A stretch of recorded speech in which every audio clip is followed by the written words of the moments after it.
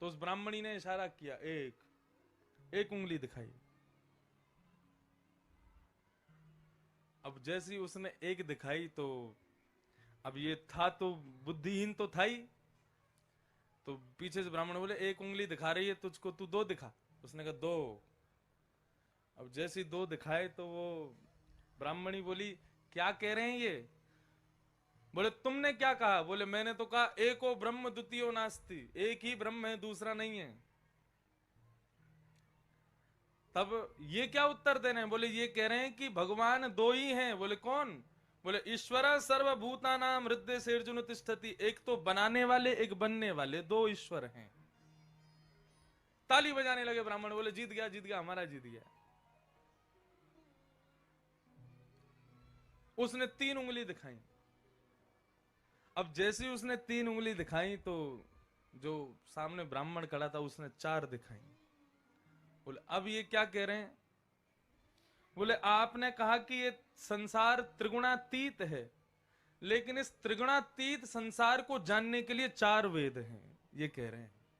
ताली बजाने लगे, जीत गया, ये जीत गया। उसने पांच उंगलियां दिखाई सामने से, पांच उंगलियां दिखाई तो इसने पांच उंगलियों की एक मुट्ठी बना करके जोर से मारा। बोले ये क्या कह रहे हैं? बोले पहले तुम बताओ कि तुम क्या कह रही हो। बोले कि तुम ये कह रही हैं कि मनुष्य के शरीर को चलाने वाली पंच ज्ञान इंद्रियां होती हैं। तो बोले ये क्या उत्तर दे रहे हैं? बोले ये उत्तर दे रहे हैं पंच ज्ञान इंद्रियों को अपने वश में रखो, नहीं तो फंसा देंगी तुमको। ताली बजाने लगे, जीत गया जीत गया जीत गया, ब्याह करो इससे। ब्राह्मणी बोली अब तो करना पड़ेगा, और उसने चरणों में प्रणाम करते हुए माला पहनाई और उसके साथ में ब्याह कर लिया। ब्याह हो गया। अब ब्याह के बाद में कालिदास जी के साथ में अभी भी नाम उनका कालिदास नहीं पड़ा।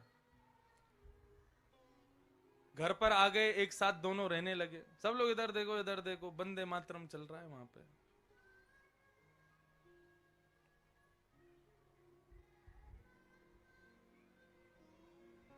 वाह।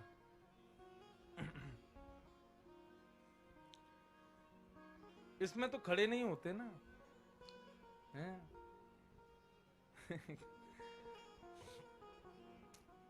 तो कालिदास से ब्याह हो गया उसका ब्राह्मणी का। अब ब्राह्मणी घर ले आई कालिदास को, अब अपने घर पे रहने लगी। बोली मेरा इतना बड़े विद्वान के साथ ब्याह हुआ, बताओ बिना बोले मुझे शास्त्रार्थ में हरा दिया।